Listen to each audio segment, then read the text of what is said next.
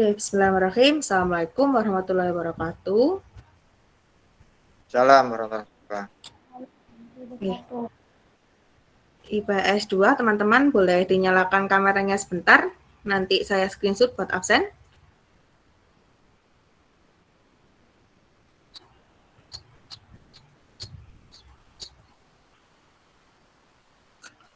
Mohon maaf, Oke. saya sambil ngisi formulir Sarpras ya.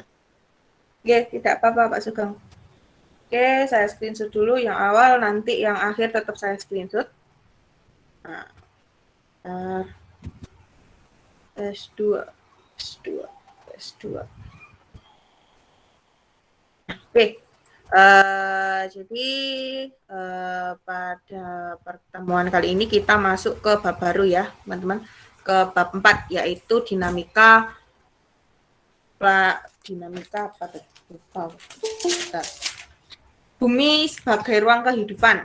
Nah, jadi kalian ini langsung loncat ke bab 4. Jadi bab 3-nya sesuai arahan dari Pak Sugeng, serta mungkin karena dipangkas karena jam pembelajaran kalian juga dipangkas, jadi bab 3-nya itu diloncati langsung ke bab 4, yaitu bumi sebagai ruang kehidupan. Nah, sebelum kita masuk ke pertemuan selanjutnya nih, materi baru. Kemarin yang remedi sudah dikerjakan semua. Belum saya cek soalnya. Nanti saya cek lagi, nanti ada yang belum. Nanti saya itu loh ya, tagih langsung loh ya. Apa ada kendala nggak dari yang remedi kemarin, IPS 2? Sudah semua IPS 2? Yang remedi? Sudah, Bu. Sudah? Oke. Terus perkembangan tugasnya nih yang menginterpretasi. Kira-kira udah ada yang ngumpulin belum?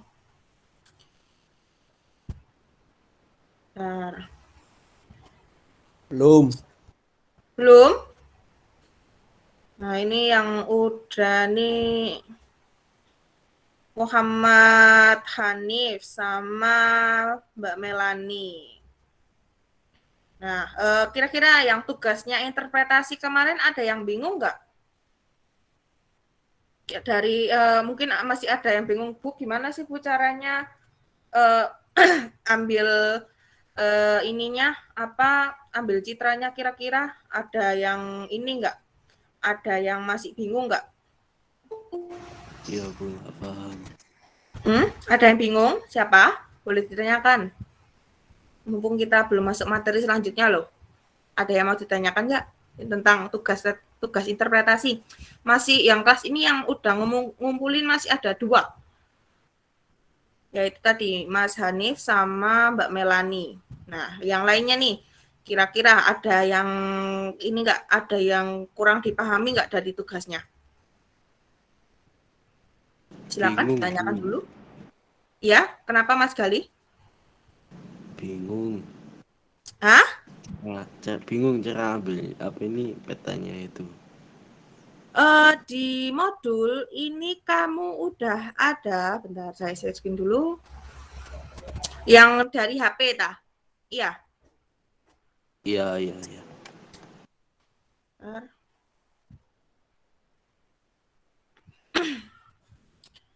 Screen dulu.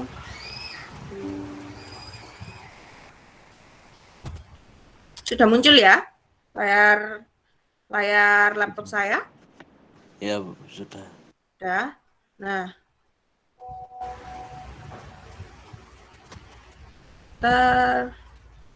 ini kan yang ini ya, yang tugas kan kalian tugasnya ada 2 kan ya, interpretasi peta dari saya, yang ini kan hitam putih, terus tinggal udah saya nomori objeknya, udah saya tentukan 7 objek, terus kalian tinggal buat tabel gini kan, atau kalau di print ya silakan, boleh. Pokoknya nanti dikumpulin tabelnya aja, ya kan, yang dari yang citra foto pertama ini kan. Nah, kemudian yang kedua, pilih satu citra foto yang bisa kalian dapatkan dari aplikasi Google Earth. Kan semuanya udah install Google Earth kan ya di HP? Sudah? Mas Gali sudah install? Sudah, Bu. Sudah. Nah, caranya mungkin kemarin ada yang ketinggalan. Nah, ini ada linknya. Ini kalau kalian buka, nah ini tuh kemarin saya rekam ulang. Jadi emang buat jaga-jaga kalau ada yang ketinggalan. Nah, ini sudah saya rekam ulang cara mendapatkan citra. Nah, kalian bisa yang kemarin mungkin kurang paham atau ketinggalan, ada yang ketinggalan, kecuali yang ini ya, yang kemarin sempat offline, kan seperti kemarin IPS 2 Senin offline kan ya, sudah saya ajari kan ya, yang lagi PTM, ya kan, yang IPS 2 hari Senin Minggu kemarin kan offline, ya kan, ya terus yang di sekolah kan udah sempat saya ajari nih pakai langsung, ya kan, di tempat. Nah, kalau misal yang di rumah ada yang ketinggalan, ini kamu bisa lihat di sini ada tutorialnya, ya kan.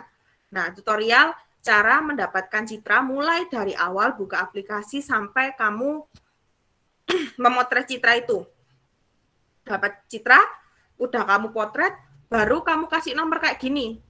Nah, misal kamu objek 1 ini objek 1, kamu buat objek 1. Gedung nih objek 1. Terus laut ini kamu buat objek 2. Kamu kasih nomor 2. Kemudian ada ini, lahan-lahan nih. Kamu bikin nomor 3. Nah, nanti kalau udah 3 objek, kamu interpretasikan sama seperti ini. Membuat ini, tabelnya. Minimal 3 objek. Nah, sampai sini ada yang masih kurang paham nggak? Terutama Mas Galih Naufal, ada yang masih kurang dipahami? Yang cara interpretasinya? Kan kemarin udah saya bagikan nih, PowerPoint-nya udah saya bagikan belum? Yang yang penginderaan jauh kemarin sudah saya bagikan? Sudah apa belum? S2, bentar. Sorry. Nah, ini udah saya bagikan kan? Jadi udah ada contohnya. Ya kan, pas kemarin kita interpretasi bareng-bareng, kita udah interpretasi bareng-bareng. Nah, ini ada contohnya. Nah, untuk tutorialnya tadi itu yang di modul ya. Jadi di modul ini udah jelas semuanya, udah langkah-langkahnya. Jadi yang kamu nanti kumpulkan itu tabel ini ya. Tabel ini yang interpretasi pertama, yang dari citra dari saya. Kemudian foto citra udara yang udah kalian dapatkan dari sini tadi, dari Google Earth di HP kalian tadi, yang udah kalian nomori, yang udah kalian tentukan objek. Kemudian yang terakhir itu tabel yang ini, tabel hasil interpretasi foto yang udah kalian dapatkan sendiri tadi, minimal 3 objek, ya kan? Nah, untuk tabelnya nanti boleh kamu bikin sendiri dari ini, buat tabel sendiri dari HVS atau folio juga boleh, pokoknya itu jelas. Atau bisa kamu ini print kayak ini contohnya. Kamu lihat, nah ini punyanya Mbak Melani nih. Nah, dia buat kayak gini. Ini dia di print, ya kan? Nah, dia pakai interpretasi 5 objek. Nah, dia pakai ininya juga, foto ini. Jadi 1, ini foto yang kalian udah dapatkan, terus hasil interpretasinya, kemudian tabel hasil interpretasi foto citra pertama yang dari saya. Nah, untuk contoh lain nih, yang udah selesai Mas Hanif. Nah, ini saya skip langsung di citranya punya dia sendiri. Maksudnya biar nanti yang kalian yang hitam putih nanti bisa. Nah, ini dia pakai folio. Nah, tabel pertama.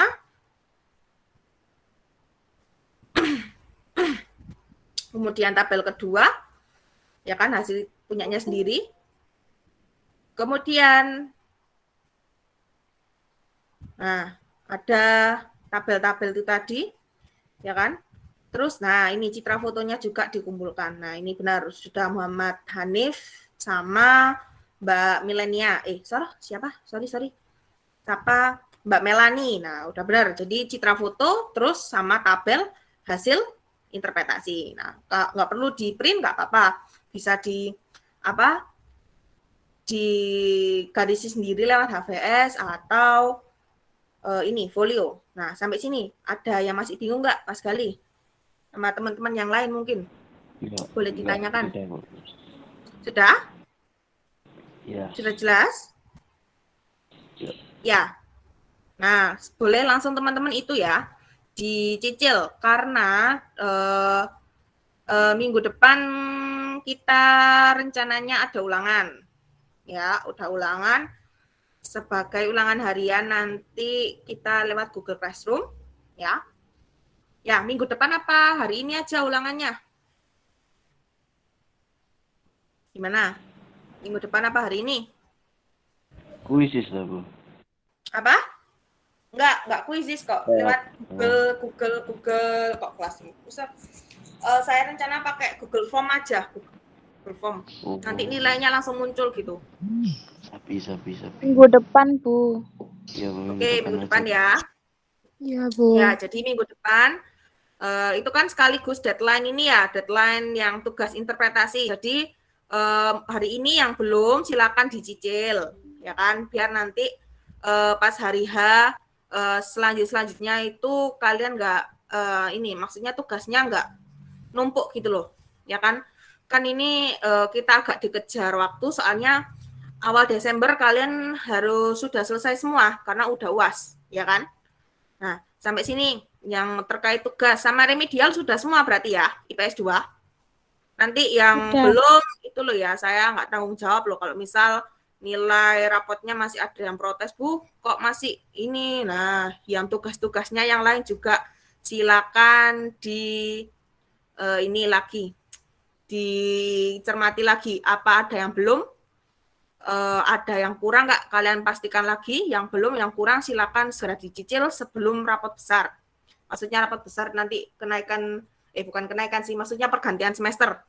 Ya kan, nanti masa masih mau lihat rapotnya nilai KKM kan nggak mau, ya kan. Jadi segera yang remedial yang belum silakan, yang tugas-tugasnya dilihat dulu, yang belum itu apa aja, dibuka-buka, diperiksa lagi, yang belum nanti langsung dipenuhi ya, biar nanti nggak keteteran di akhir. Oke? IPS 2. Ya, Bu. Nah, sekarang kita masuk ke bab baru, yaitu bab bumi sebagai ruang kehidupan. Saya bertanya ini. Sudah kelihatan PowerPoint saya?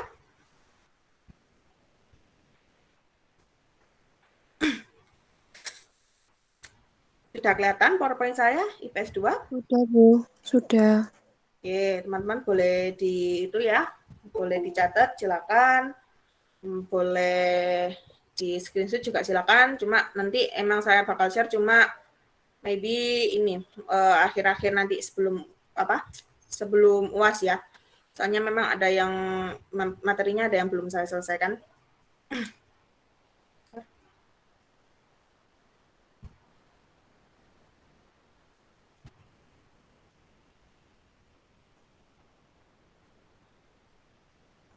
Oke. Nah, ini bab 4 bumi sebagai ruang kehidupan. Ini materi terakhir belum kalian UAS. Nah, kelihatan ya? Nah, pada bab ini kalian akan mempelajari bumi dan jagat raya.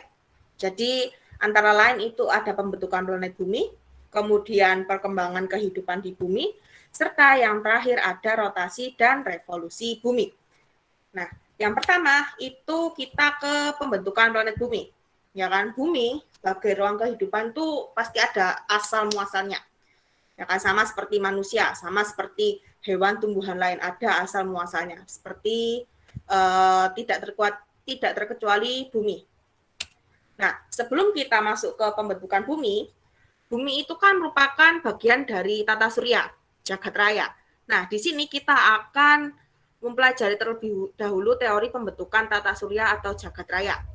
Dalam tata surya, bumi adalah planet ketiga dari matahari setelah Merkurius dan Venus. Nah, sampai saat ini hanya bumi yang diidentifikasi sebagai planet yang memiliki makhluk hidup dan layak untuk dihidupi. Nah, tapi pernahkah kalian berpikir tentang teori pembentukan bumi yang merupakan bagian dari tata surya? Saat ini terdapat 5 teori pembentukan bumi yang umum dikenali. Apa saja? Jadi kita simak. Nah, teori pembentukan tata surya ini termasuk di dalamnya bumi, jadi termasuk kita juga mempelajari teori pembentukan planet lain yang ada di jagat raya yang kita tahu. Nah, kira-kira masih ada yang ingat nggak? Kita ini di area bumi, di area jagat raya atau tata surya itu masuk dalam sistem galaksi apa? Ada yang masih ingat galaksi kita di mana? Namanya? Bima Sakti, Bu. Ya, betul. Bima Sakti atau Milky Way.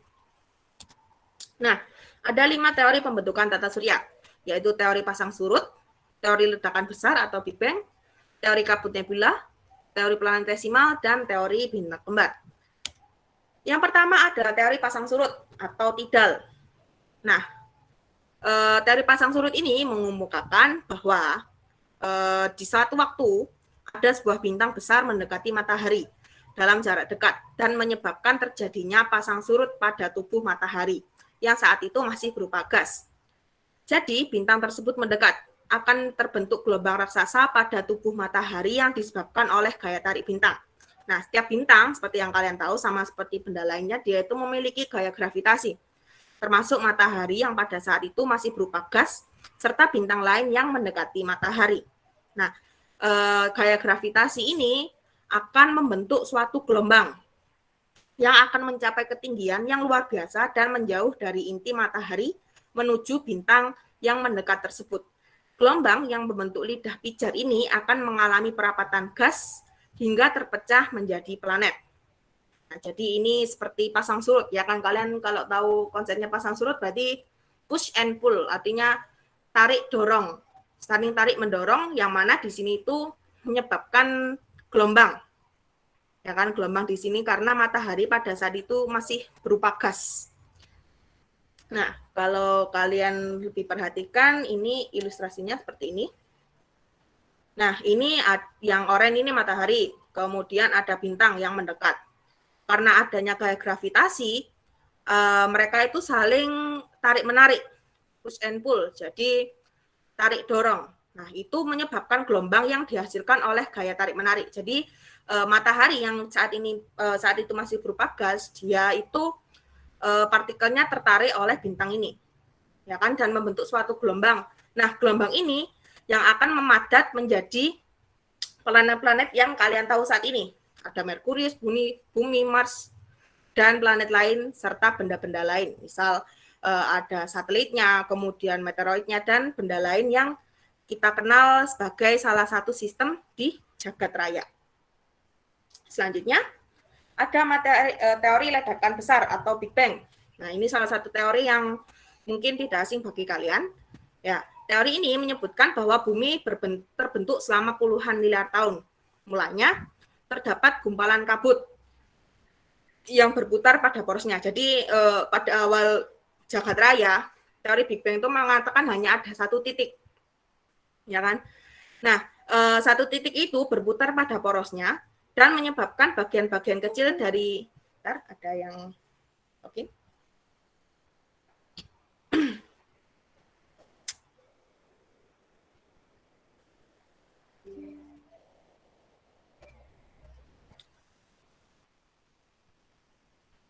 Nah, kita lanjut. Nah, teori Big Bang mengatakan bahwa awal jagat raya itu hanya terdiri dari satu titik, gumpalan kabut yang berputar pada porosnya. Nah, di satu waktu gumpalan kabut raksasa itu meledak dan membentuk galaksi serta nebula-nebula lain.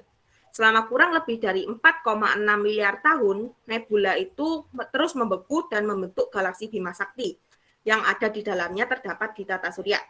Bagian ringan yang terlempar keluar di awal mengalami kondensasi hingga membentuk gumpalan yang mendingin dan memadat menjadi planet-planet termasuk bumi.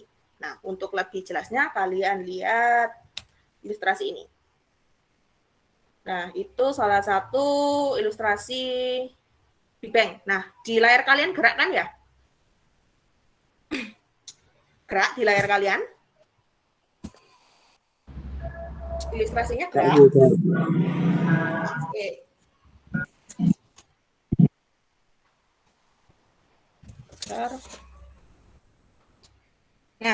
Nah, ini salah satu masa Big Bang. Awalnya kalau kalian lihat dari pucukan ini itu cuma ada satu titik. Jadi Big Bang itu tadi seperti yang tadi dikatakan teori itu, Big Bang itu tidak serta-merta setelah meledak itu langsung membentuk galaksi, langsung membentuk matahari, bulan, bintang, dan lain-lain. Jadi dia ada masanya. Setelah meledak, dia itu memiliki masa-masa tertentu. Pertama, dia membentuk bintang pertama. Kemudian membentuk galaksi pertama. Nah, kemudian berekspansi atau melebar sampai hari ini kita kenal sebagai jagat raya. Ya kan, sistem jagat raya, ada galaksi Bima Sakti, ada galaksi Andromeda, dan galaksi lain yang triliunan jumlahnya, kalau masih istilahnya masih di luar jangkauan kita, ya kan, manusia, karena kalau menyangkut jagat raya itu sangat terbatas. Nah, selanjutnya teori Big Bang, kemudian ada teori kabut nebula. Nah, teman-teman udah tahu nebula kan? Nebula. Nah, nebula ini bukan ini ya, anaknya Pak Thanos, melainkan nebula ini salah satu benda di tata surya yang membentuk awan. Nah, seperti awan-awan, kalau kalian lihat di samping, dia itu awan-awan yang memenuhi jagat raya kita. Nah, itu dia dinamakan nebula. Nah, awan-awan ini sama seperti awan yang kita lihat di bumi. Dia mengandung gas. Nah, pada teori kabut nebula ini mengatakan bahwa pada awal pembentukan jagat raya itu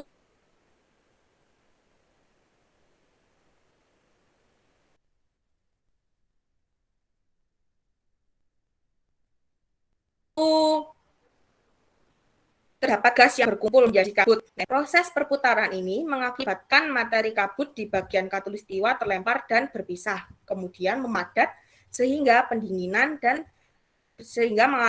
mengalami pendinginan dan menjadi cikal bakal benda langit. Nah, ini kalau kabut nebula jadi ada kabut. Kabut ini berkumpul jadi satu, membentuk gumpalan yang sangat besar dan berputar semakin cepat.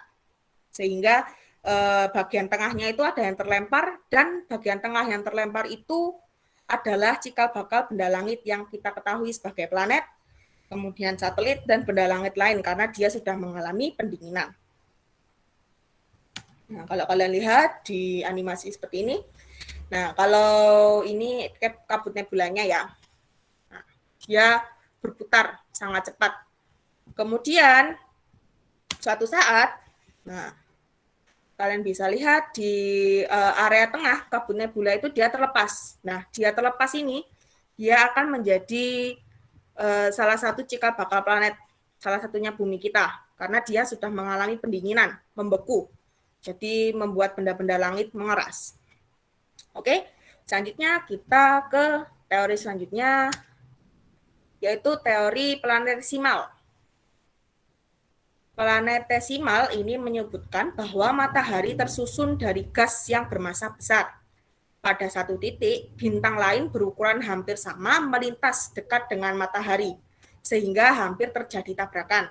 Akibatnya, gas dan materi ringan di bagian tepi matahari dan bintang tersebut menjadi tertarik. Materi yang terlempar mulai menyusut dan membentuk gumpalan yang dinamakan dengan planetesimal.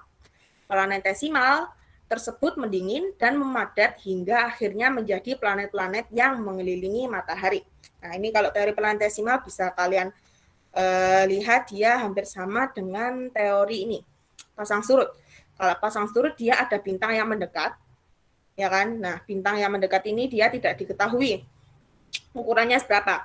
Kalau teori planetesimal mengatakan bintang yang mendekat ini dia hampir ukurannya sama dengan matahari.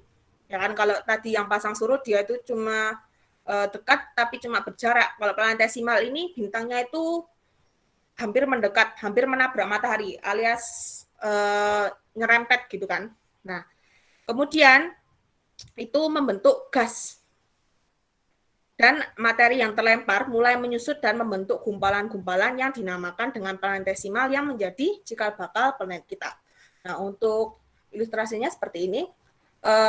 Ini bintangnya lebih besar seharusnya, cuma memang saya cari-cari info di Google nggak ada ini ya ilustrasi yang menggambarkan banget. Jadi ini ilustrasi kasarannya aja. Ini kalian yang besar ini kalian anggap saja matahari, kemudian bintangnya dia lebih besar, kemudian hampir menabrak matahari.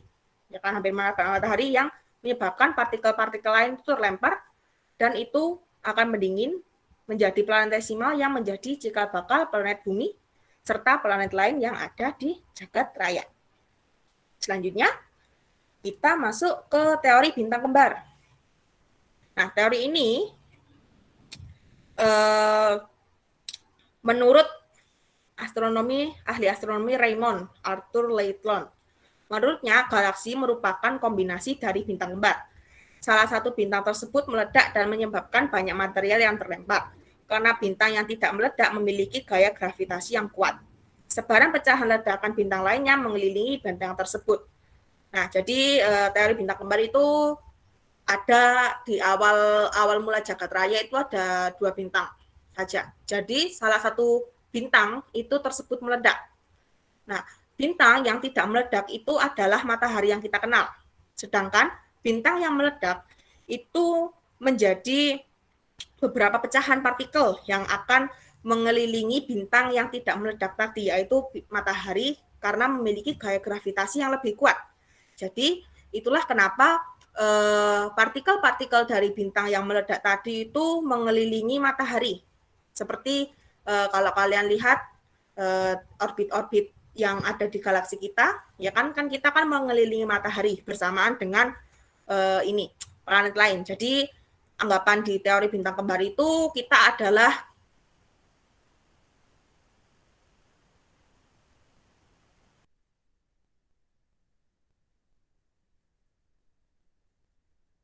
bagian dari bintang yang udah meledak. Ilustrasinya, nah, ini ada bintang kembar, jadi bintangnya sama, salah satunya meledak. Sedangkan yang tidak meledak itu jadi matahari yang kita kenal sekarang. Ya kan? Nah, sebelumnya saya putarkan video dulu.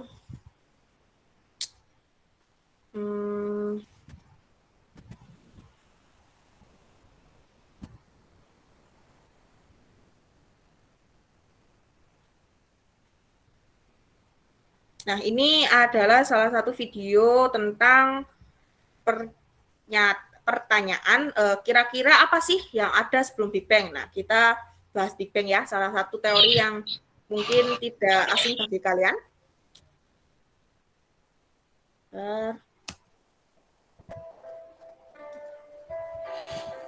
Dari kecil kita. Videonya muncul? Videonya muncul di kalian tadi? Kedengaran-kah? Oke, muncul. Ya, Nah, boleh teman-teman perhatikan ya. Kita sering penasaran sama asal-usul segala jenis benda, asal-usul kertas, asal-usul bensin, sampai asal-usul diri kita sendiri. Semua kita tanyakan. Tapi rasa penasaran kita nggak akan berhenti di sana. Pertanyaan terbesar lalu muncul tentang asal-usul alam semesta. Setelah ditelusuri, kita ketemu jawabannya. Titik kecil super padat, super panas yang lalu mengembang jadi sangat besar layaknya ledakan. Tapi kalau begitu, gimana dengan sebelumnya? Apa yang ada sebelum Big Bang? Nah, sebelum bisa jawab pertanyaan itu, pastinya kita harus paham dulu tentang Big Bang itu sendiri. Kisahnya bermula saat astronom ini nemuin kalau galaksi-galaksi di luar sana itu seiring waktu saling menjauh. Nah, sebelum bisa jawab pertanyaan itu, pastinya kita harus paham dulu tentang Big Bang itu sendiri. Kisahnya bermula saat astronom. Nah, ini Edwin Hubble ini yang nemuin teleskop Hubble. Jadi biasanya teleskop Hubble yang biasa kita gunakan atau seperti kayak lembaga NASA itu buat mengamati bintang-bintang. Oke, lanjut. Edwin Hubble menemukan galaksi. Ini nemuin galaksi-galaksi itu seiring waktu saling menjauh dari kita. Kemudian, para ilmuwan juga nemuin jejak-jejak radiasi yang kesebar rata meski berjauhan, seakan-akan mereka berasal dari sumber yang sama. Ini nunjukin ruang angkasa terus ngembang, dan kalau kita putar balik waktu, dunia bakalan menyusut. Sampai pada akhirnya, maksudnya pada awalnya hanya berupa titik misterius. Tapi, kembali ke pertanyaan awal, apa yang terjadi sebelum titik ini?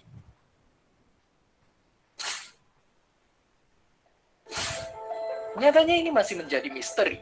Untuk coba ngejawabnya, bahkan kita udah ngebangun mesin akselerator partikel terbesar di dunia.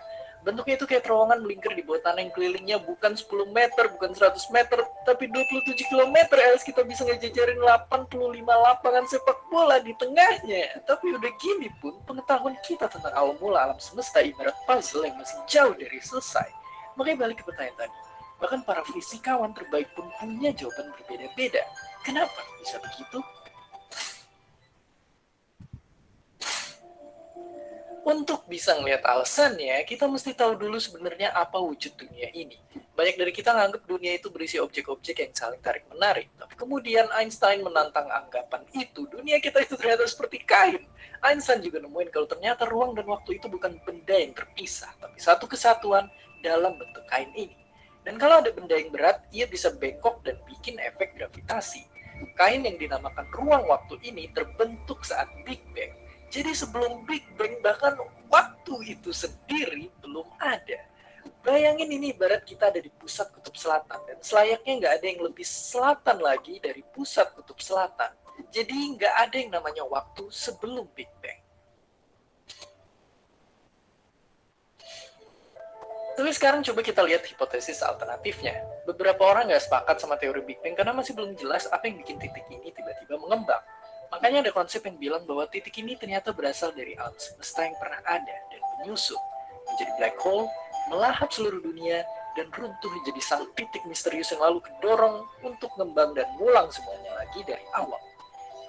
Jadi ibaratnya alam semesta itu kayak paru-paru yang bisa kembang lalu kempis.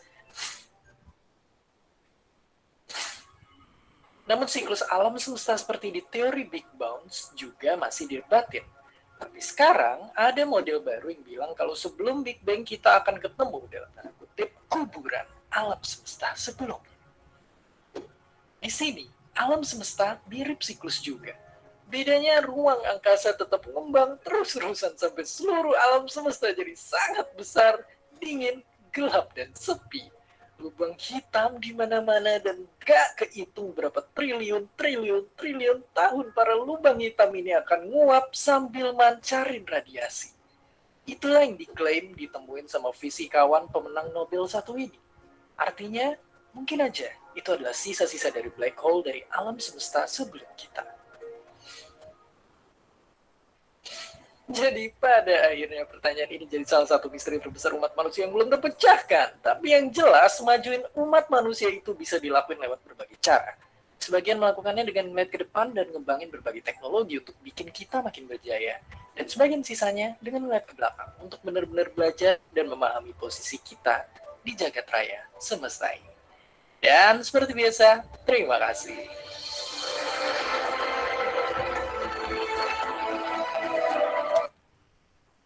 Nah, itu tadi salah satu video penjelasan tentang asal-muasal jagat raya sebelum Big Bang. Nah, pasti banyak tanda tanya ya sebenarnya sampai sekarang.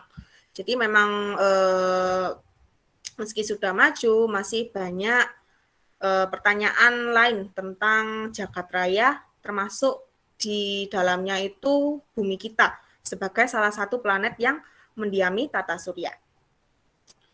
Oke. Ini kalau tadi ada istilah black hole atau lubang hitam, mungkin teman-teman yang suka-suka film adventure macam Interstellar gitu mungkin udah nggak asing, ya kan? Nah, kayak senangannya tentang tata surya, kemudian jagat raya gitu.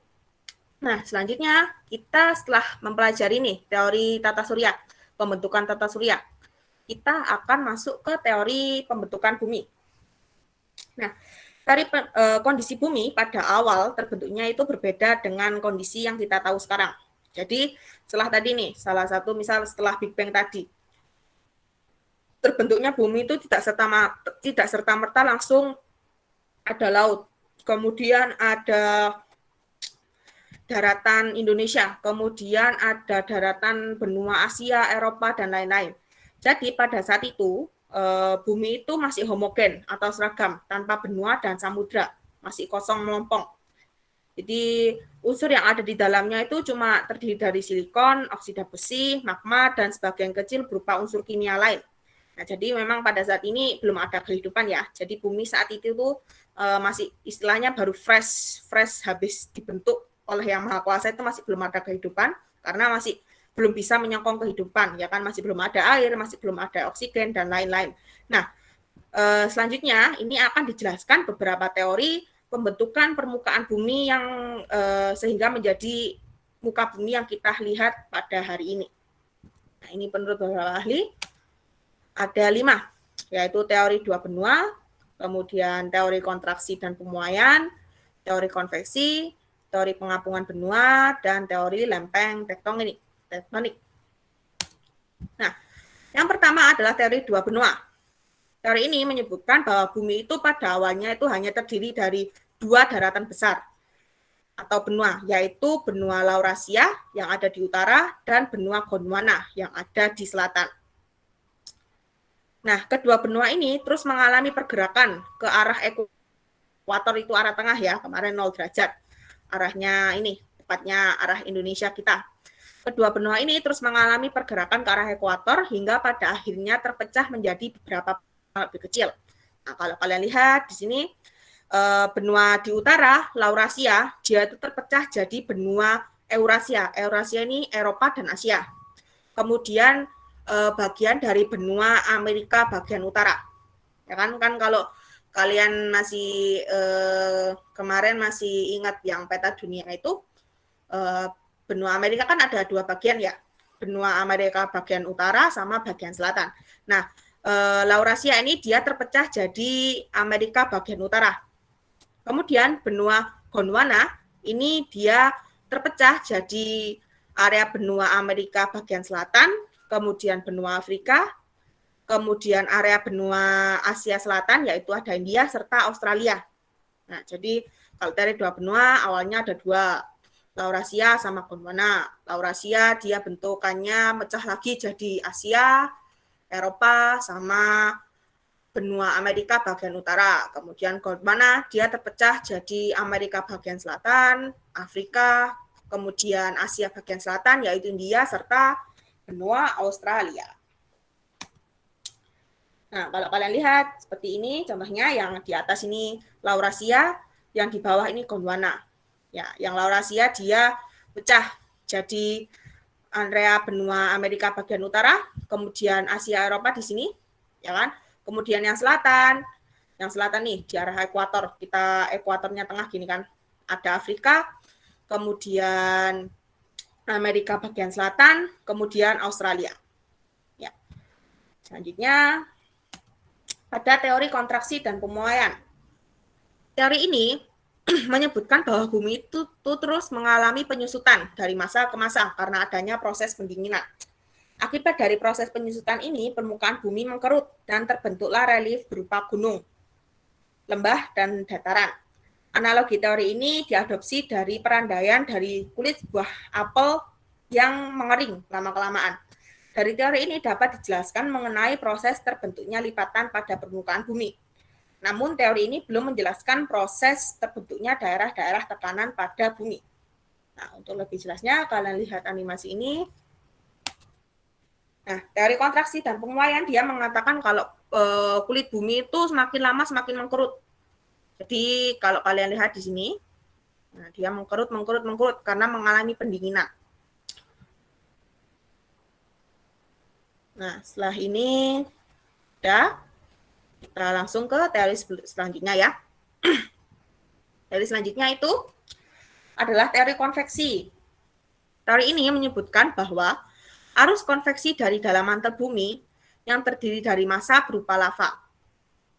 Ketika arus konveksi ini membawa lava sampai ke permukaan bumi di bagian punggung tengah samudra, akan menyebabkan lava tersebut membeku dan membentuk lapisan kulit bumi yang baru sehingga menggeser dan menggantikan kulit bumi yang lama.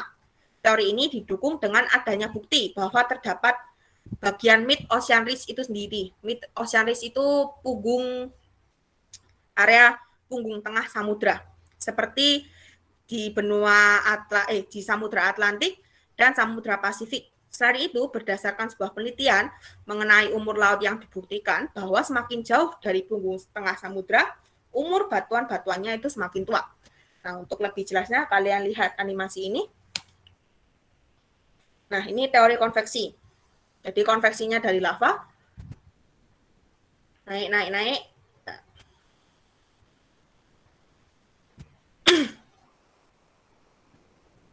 Nah, arus konveksi dari lava kemudian membawa naik.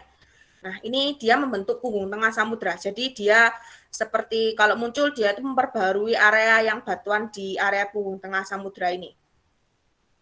Nah, ini salah satu teori pembentukan planet bumi, ya kan? Nah, punggung tengah samudra kalau kalian lihat di daerah samudra itu seperti ada garis. Nah, ini garisnya itu kayak punggung gitu, makanya dinamakan punggung samudra. Nah, ini masing-masing samudra itu dia punyanya India, punyanya Atlantik sama Pasifik. Jadi di teori konveksi dia mengatakan kalau punggung samudra ini merupakan batuan baru yang dihasilkan oleh proses naiknya magma tadi.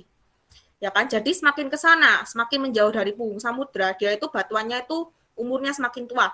Nah, itu salah satu bukti kenapa teori ini juga banyak diperbincangkan oleh ahli. Ya kan? Karena ada buktinya. Oh, memang kalau area samudra terutama yang jadi dia itu seperti ada bukitnya di dalam itu. Kalau dilihat dari sini sih nggak bakal kelihatan ya. Jadi kalian harus menyelam dulu, ya kan? Nah, ini kan peta seperti peta reliefnya. Jadi dia ada punggungnya. Nah, ini merupakan kalau di teori konveksi dia itu merupakan batuan-batuan baru. Masih fresh, baru muncul dari dalam bumi. Yaitu karena dari pergerakan lava atau konveksi lava tadi. Ini punggung samudra. Seperti dia membelah gini kan. Nah, ini punggung samudra. Punyanya Atlantik, dia itu membelah bumi jadi dua gini. Selanjutnya, kita ke teori pengapungan benua. Nah, ini pengapungan benua atau continental drift. Nah, ini merupakan salah satu teori juga yang merupakan ini ya, yang banyak dilulukan, maksudnya banyak dibahas. Ya. Teori ini menyebutkan bahwa pada awal di bumi itu cuma ada satu daratan atau satu benua yang sangat besar, dinamakan benua Pangea. Kemudian Pangea ini terpecah dan terus mengalami perubahan melalui pergerakan dasar laut. Gerakan sentrifugal dari rotasi bumi menyebabkan pecahan-pecahan Pangea tersebut bergerak ke arah barat menuju ekuator.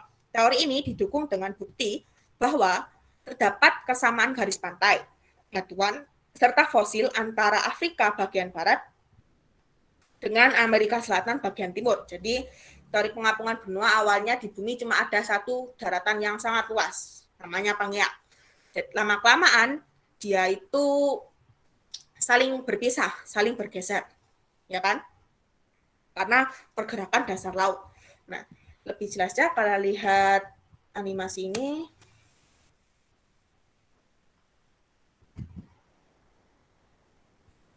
Nah, ini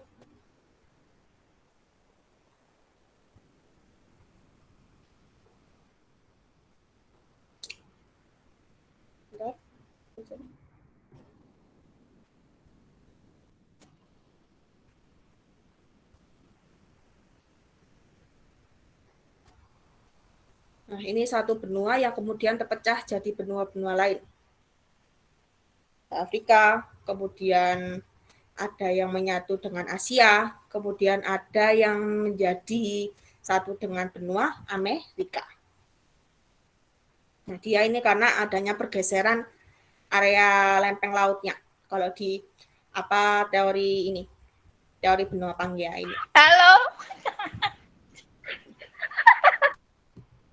Nah, selanjutnya ada teori lempeng tektonik. Nah, teori ini juga banyak digunakan oleh orang-orang pada saat ini.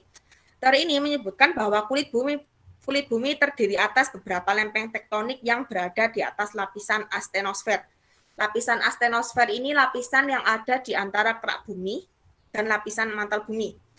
Ya kan, kalau lapisan bumi kan ada kerak, kemudian mantel, kemudian inti luar dan inti dalam. Nah, kalau astenosfer ini lapisan antara litosfer, ya kan, litosfer lapisan kerak bumi dan mantel.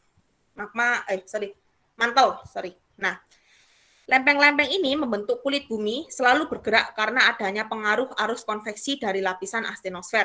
Litosfer bumi terdiri dari dua lempeng, yaitu lempeng benua dan lempeng samudra. Lempeng samudra tersusun oleh batuan basa yang dapat dijumpai di dasar samudra, sedangkan lempeng benua tersusun oleh batuan asam.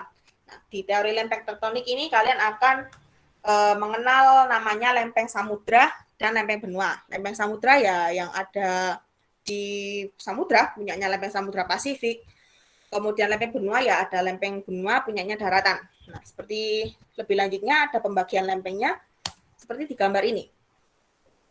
Nah, ada lempeng ini Antartika, lempeng Pasifik, ya kan? Kemudian lempeng Amerika Utara, kemudian lempeng Australia. Nah, kalau di Indonesia ini kalau kamu lihat di pojokan sini, hijau nih, Indonesia itu terletak di antara lempeng Eurasia dan lempeng Australia. Serta juga dia dekat selempeng dengan lempeng Pasifik. Nah, lempeng-lempeng ini itu merupakan salah satu lempeng yang paling aktif. Itulah kenapa area Indonesia, kemudian area semenanjung sini, terutama seperti Jepang, Indonesia, dia itu banyak terjadi gempa bumi, ya kan? Karena itu tadi pergerakan lempeng ini itu bisa menyebabkan gempa bumi, tsunami, ya kan? Nah, untuk lebih jelasnya kita akan mengenali pergerakan lempeng dari sini.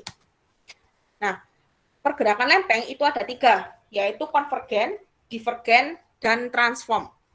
Konvergen itu gerakan saling bertubuhkan antar lempeng, baik lempeng benua atau lempeng samudra. Nah, gerakan konvergen bertubuhkan ini biasanya dia membentuk gunung, dia menghasilkan gunung. Seperti contohnya ada Gunung Himalaya, Pegunungan Alpen, Pegunungan Rocky. Nah, ini merupakan salah satu contoh akibat dari adanya gaya konvergen, karena lempeng satu dengan lempeng lain itu saling bertubuhkan. Lempeng benua, entah itu antara lempeng benua, entah itu antara lempeng samudra atau samudra dengan benua. Kemudian ada gerakan divergen. Divergen itu dia menjauh, lempengnya saling menjauh. Dengan gaya yang bekerja pada gerakan ini adalah gaya tarik. Perbedaannya ini menyebutkan magma naik dari pusat bumi, membentuk dasar lautan atau kerak samudra. Jadi dia itu membentuk semacam jurang, bukan jurang sih, seperti ya ini dasar lautan atau kerak samudra, membentuk suatu lubang gitu. Kalau divergen dia biasanya. Kemudian ada, nah ini kalau kalian lihat, nah ini gerakan lempeng samudra yang dari sini dia masuk ke lempeng benua. Nah, jadi gerakan lempeng itu kadang di sini di satu titik dia itu ada yang bertabrak, ada yang berjauhan. Contohnya gini. Jadi yang bertabrak itu dia itu kadang bisa membentuk suatu gunung baru. Ya kan, membentuk pegunungan atau dia membentuk sebuah penampakan lain. Selanjutnya ada ini, kemudian ini animasinya gerakan divergen, saling menjauh. Antara dua lempeng saling menjauh, kemudian dia itu biasa membuka jalan magma. Nah, selanjutnya, nah ini pegunungan salah satu bentuk dari hasil konvergen, hasil pergerakan lempeng bumi yang saling bertabrakan. Ini ada yang tahu nggak? Ini pegunungan apa? Yang ada di Nepal? Himalaya, Bu. Ya, betul, Himalaya. Nah, ini salah yang dikatakan ahli itu salah satu bentuk dari proses konvergensi tadi, konvergensi lempeng. Jadi saling bertuburan, kemudian dia membentuk pegunungan Himalaya. Salah satu titik tertinggi yang ada di bumi kita. Nah, terakhir itu ada gerakan lempeng transform atau sesar mendatar, yaitu gerakan berlawanan arah yang menyebabkan terjadinya pergeseran antar lempeng tektonik.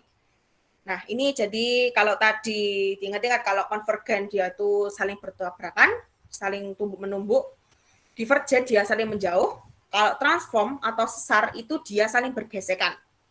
Nah, sesar ini nanti bakal kita akan pelajari selanjutnya. Sesar itu salah satu banyak dibagi beberapa sesar di muka bumi. Kalau di Indonesia dia itu banyak sekali sesar itu.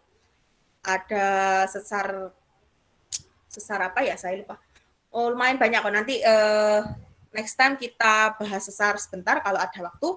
Nah, sesar-sesar ini ya biasanya juga membuat salah satu biangnya gempa bumi, ya kan, gempa bumi, tsunami, ya kan. Kalau akhir-akhir ini kalau biasanya teman-teman tahu itu ada seperti ada berita kayak gempa di area Malang situ kan. Area Malang atau pantai area utara Jawa. Nah, itu karena di Indonesia sendiri dia itu memiliki beberapa sesar aktif. Jadi memang lempeng tektonik yang ada di bawah kalian, di bawah Indonesia itu memang semuanya aktif. Itulah kenapa kita sehari itu hampir sebenarnya ada berapa puluh kali gempa bumi, cuma kita nggak bisa merasakan. Ya kan, mungkin kalau ada misal yang merasakan, misal kalau dia titik gempanya dekat dengan permukaan tanah. Misal kemarin ada yang kapan ya? Awal tahun apa kapan itu dia ada gempa kan? Dia pusatnya di area Malang situ, cuma ada yang kerasa, kalau di sini tuh ada yang kerasa, ada yang enggak gitu kan. Cuma dia karena enggak kerasa itu kebanyakan karena dia pusat gempanya ada di dekat laut, tetapi tidak menimbulkan tsunami, tidak berpotensi tsunami. Nah, itu salah satu contoh akibat dari gerakan sesar ini.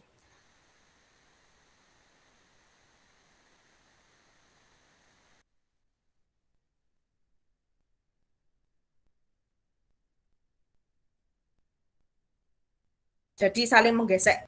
Nah, saling menggesek itu dia membuat gempa. Ini kok belum nanti. Nah, ini contohnya ada sesar San Andreas. Nah, ini dia hasil gesekan antara dua lempeng yang ada di California. California di mana sih? Ada yang tahu nggak? Amerika, Bu.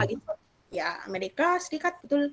Nah, ini salah satu bentuk hasil dari sesar tadi. Nah, teman-teman, seperti yang kita tahu kan, kemarin udah belajar ya, relief bumi kan, ada gunung, dataran rendah, dataran tinggi, jurang, palung. Nah, itu semua bentuk permukaan bumi yang tidak rata itu merupakan salah satu bentuk hasil dari kegiatan lempeng tektonik tadi, ya kan? Ada yang bertabrakan, ada yang menjauh, ada yang bergesek. Nah, itulah yang membentuk permukaan bumi kita bervariasi seperti ini, seperti yang kita kenal. Kemudian ada gunung yang aktif, ada gunung yang tidak aktif, ya kan? Ada danau, ada gunung di bawah permukaan laut. Nah, itu salah satu contoh hasil dari gerakan lempeng yang tidak pernah tidur. Jadi di bawah kaki kalian itu ada sesar atau lempeng yang tidak pernah tidur. Jadi setiap tahun itu mereka memang lempeng itu selalu bergerak, ya kan, bergerak berapa sentimeter gitu kan. Nah, Indonesia ini kebetulan berada di salah satu lempeng yang dia cukup aktif gitu kan. Eurasia, Australia, Pasifik, dia itu salah satu lempeng yang cukup aktif pergerakannya. Jadi itulah kenapa kita itu negara yang rawan bencana, ya kan? Rawan bencana gempa, juga rawan bencana tsunami, juga rawan bencana gunung api. Karena kita merupakan negara yang memiliki gunung api aktif paling banyak di dunia. Nah, ini materi untuk hari ini. Next time kita lanjut ke materi ini, perkembangan kehidupan di bumi serta rotasi dan revolusi. Nah, sampai sini nih pembentukan jagat raya serta bumi nih. Kira-kira teman-teman ada yang ditanyakan nggak? Oh, sebentar. Saya putarkan video satu dulu lagi. Oh, ini. Bagaimana bumi terlihat 250 juta tahun yang akan datang.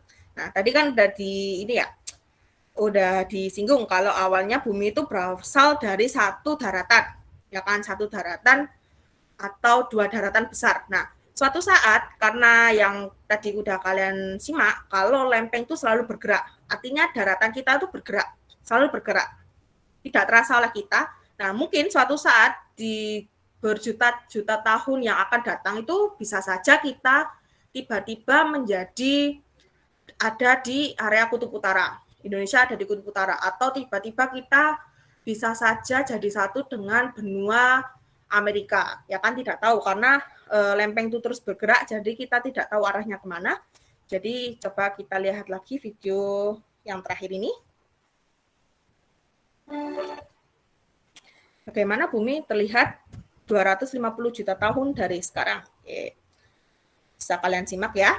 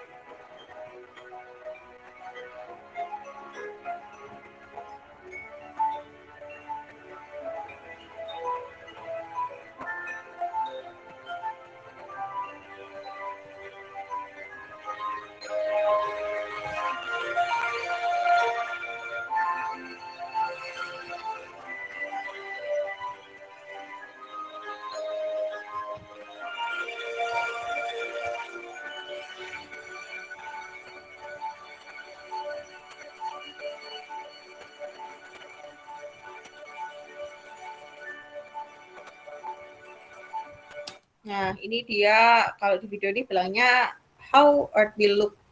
Gimana bumi kita terlihat 250 juta tahun dari sekarang. Nah, kalau kita lihat Indonesia udah nggak kelihatan ya. Udah jadi satu sama Australia, udah nggak kelihatan mana Indonesianya, udah nggak kelihatan. Kita udah jadi satu sama Australia, sudah jadi satu sama Asia, jadi kita udah satu daratan, jadi enak-enak. Kalau gini keluar negeri besok pakai sepedaan bisa, ya kan? Nah, tapi cuma entahlah kalian masih hidupkah di zaman sekarang atau gimana? Nah ini salah satu contoh gambaran sih, kira-kira mungkin maybe apakah 250 juta tahun dari sekarang itu kita akan jadi satu daratan lagi dengan benua lainnya yang ada di permukaan bumi, seperti halnya teori tadi, teori continental drift atau teori benua Pangaea tadi atau Gondwana. Jadi kita masuk lagi bergabung jadi satu, jadi benua besar, satu benua atau dua benua sesuai dengan teori tadi, teori dua benua atau teori pengapungan benua. Nah, sampai sini nih dari materi ini teman-teman kira-kira ada yang ditanyakan nggak?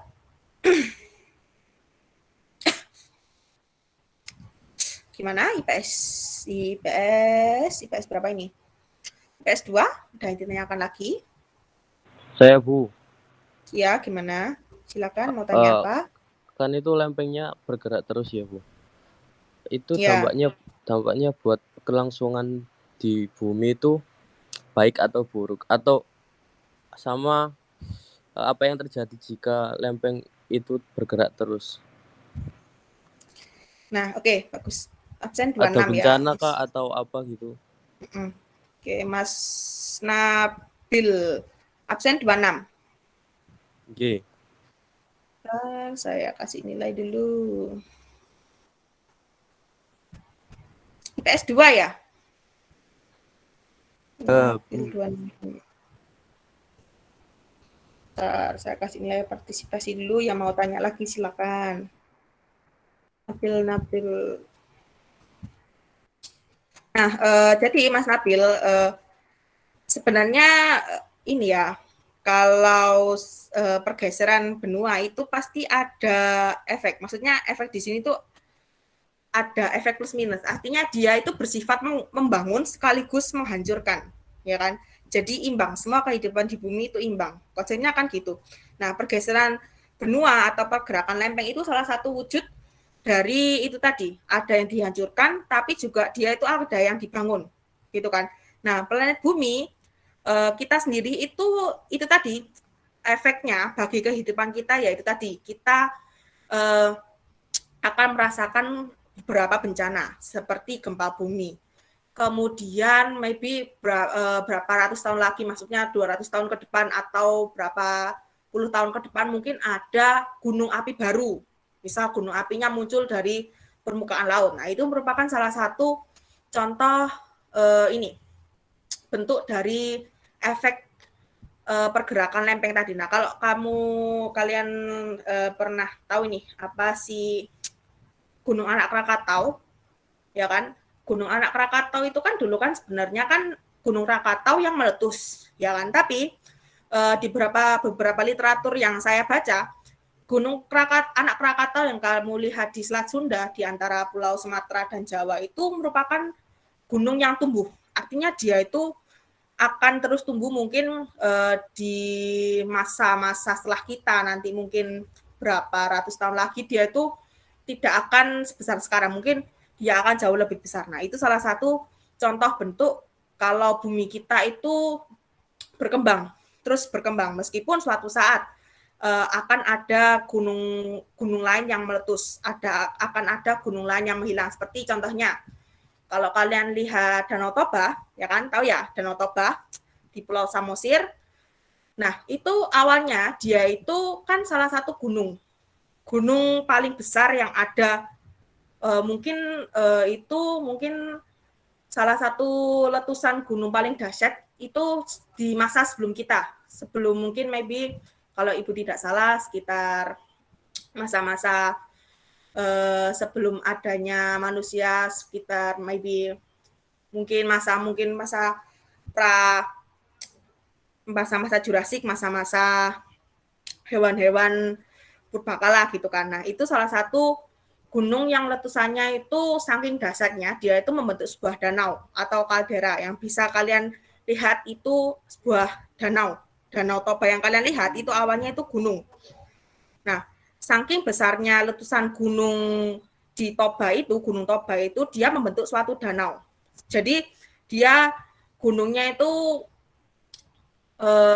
wilayahnya itu ada yang hilang, saking besarnya letusan itu. Nah, itu ada yang hilang. Cuma dia kembali lagi dibangun menjadi sebuah danau. Nah, itulah konsep bagaimana planet, maksudnya bumi ini kita itu ada yang dihancurkan, ada juga yang tumbuh. Nah, dari teori lempeng ini itu tadi semoga ya, mungkin nggak semoga kan kita nggak mengalami hal yang kayak ekstrim, misal gunung ini tadi, Gunung Toba tadi, karena ya kalau itu terjadi di masa kita pasti efeknya ya kepunahan massal, ya kan, kepunahan massal manusia gitu kan. Nah, kira-kira dari jawaban tadi ada yang kurang dimengerti kah? Apa ada yang masih tanyakan lagi? Enggak, Bu. Terima kasih, Bu. Sudah jelas? Sudah. Oke, teman-teman ada yang tanyakan lain? Ada yang tanyakan lagi?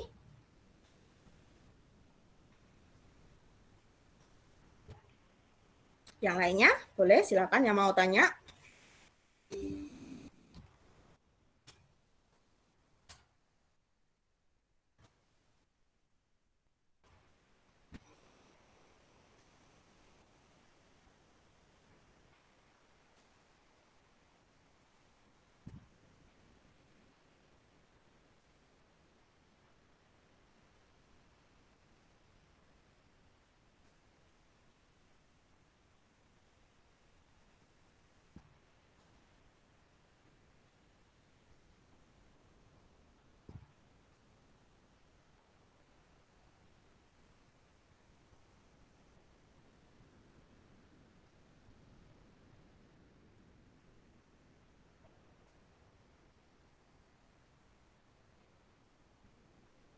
Bentar.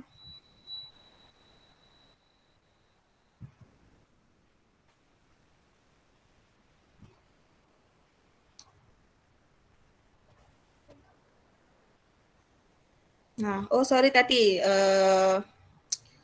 ada koreksi nih buat Mas Nabil. Jadi Gunung Toba itu dia merupakan salah satu letusan gunung nih yang hampir memusnahkan umat manusia di muka bumi. Jadi dia meletus berarti udah zaman manusia. Maksudnya mungkin itu pada saat manusia masih di zaman batu mungkin ya. Jadi memang belum ada manusia modern.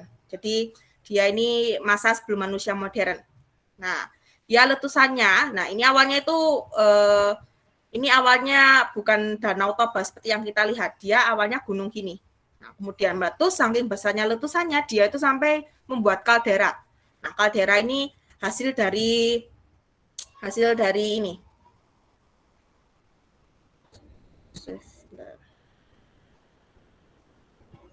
Hasil dari letusan Gunung Toba yang saking dahsyatnya dia sampai menghilangkan bagian gunungnya. Ya kan? Sama kayak Krakatau. Krakatau dulu sebelum jadi anak Krakatau dia itu kan saking besarnya letusan itu area gunungnya itu juga banyak yang hilang karena saking besarnya letusan itu tadi. Kalau kalian lihat di YouTube itu ada kalau nggak salah film dokumenter yang menjelaskan tentang letusan Krakatau. Nah itu Krakatau kalau itu dia letusan Krakatau itu pada zaman manusia modern, jadi udah ada teknologi. Nah itu baru karena udah ada teknologi, letusan Krakatau itu bisa didokumentasikan, ya kan bisa dicatat sejarahnya dia letusannya hari ini jam ini. Nah kalau pada ini Gunung Toba ini dia itu sebelum masa manusia modern, jadi belum ada teknologi gitu. Nah sampai sini ada yang tanyakan lagi nggak kira-kira tentang pembentukan planet bumi tadi?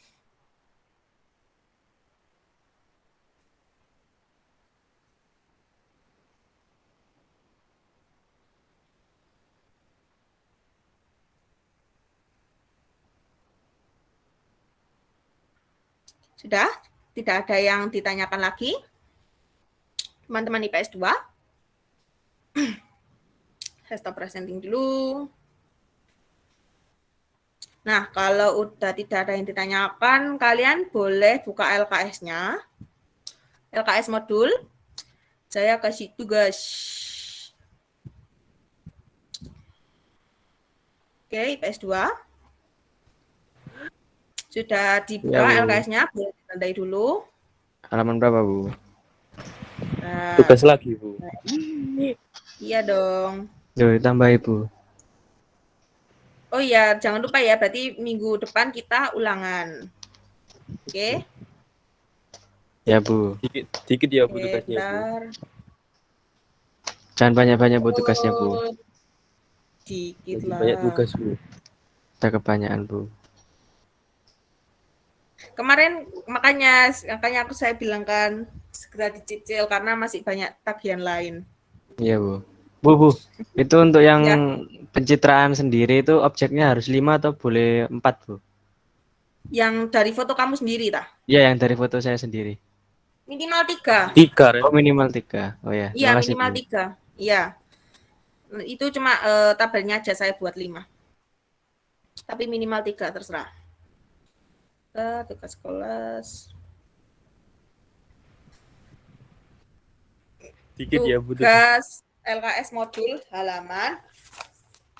Karena Pak Sugeng sudah berpesan kalau sebelum UAS itu LKS kalian harus habis. Setidaknya 90% habis. Itu latihan siswa halaman 56. Nah, itu kalian tulis jawabannya aja di foto, udah boleh. Kemudian LKS halaman 57 sampai 58 abesian sama Romawi 2. Ya kan, jadi total kira-kira 20 soalan kan? Dikit kan? Ya, dikit. Nah, nanti yang abesian ini nanti kalian tulis abjadnya aja ya di kertas gitu, nanti biar gampang koreksinya.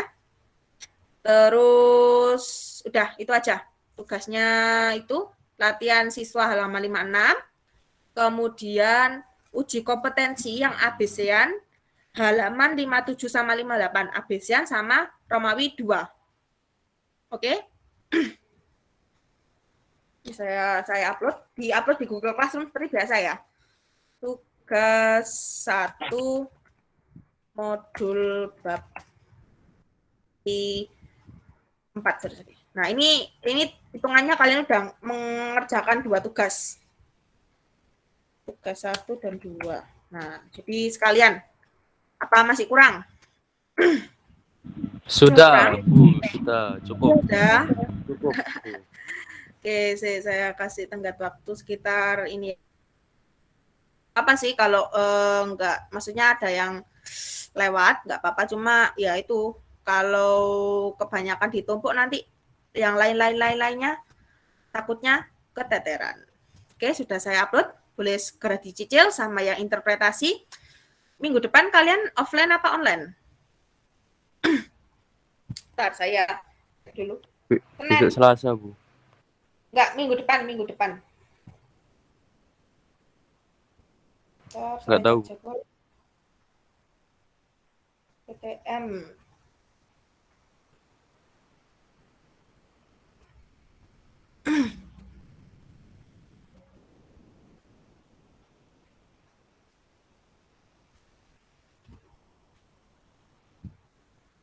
Sekarang tanggal 8 ya. 8 November, Senin. Oh, Senin 15. Oh, masih 2 minggu lagi. Oh ya, Kak apa-apa. Nanti itu ya, minta tolong hasil interpretasinya meskipun kalian udah upload di Google Classroom, cuma disimpan dulu nanti pas PTM nanti saya minta. Jadi tabelnya kan udah dibuat di AVS ya, atau folio tadi kalian sisipkan di LKS atau buku kalian. Nanti pas PTM saya minta soalnya buat laporan nanti. Karena kan saya kan selesainya sekitar awal Desember, jadi kalian UAS juga saya udah selesai ini magangnya. Oke? Sampai sini ada yang ditanyakan yang lain nggak? Mengenai tugas ataupun materi tadi? Ntar saya SS. Udah? Nggak ada? Nggak ada, Bu. Oke, kalau nggak ada, saya akhiri pertemuan kali ini ya. Terima kasih IPS 2 sudah mengikuti pelajaran hari ini dengan baik. Semoga ilmunya bermanfaat. Jangan lupa dicicil tugas-tugasnya, biar nanti di akhir nggak keteteran, apalagi awal Desember kalian udah UAS ya. Oke, akhir kata saya tutup pembelajarannya. Terima kasih banyak. Mohon maaf apabila Ibu ada kesalahan. Wabillahi taufiq wal hidayah. Wassalamualaikum warahmatullahi wabarakatuh. Waalaikumsalam warahmatullahi wabarakatuh. Oke, terima kasih. Terima kasih, Bu. Ya, Terima kasih, Bu. ya, Terima kasih, Bu. ya sama-sama.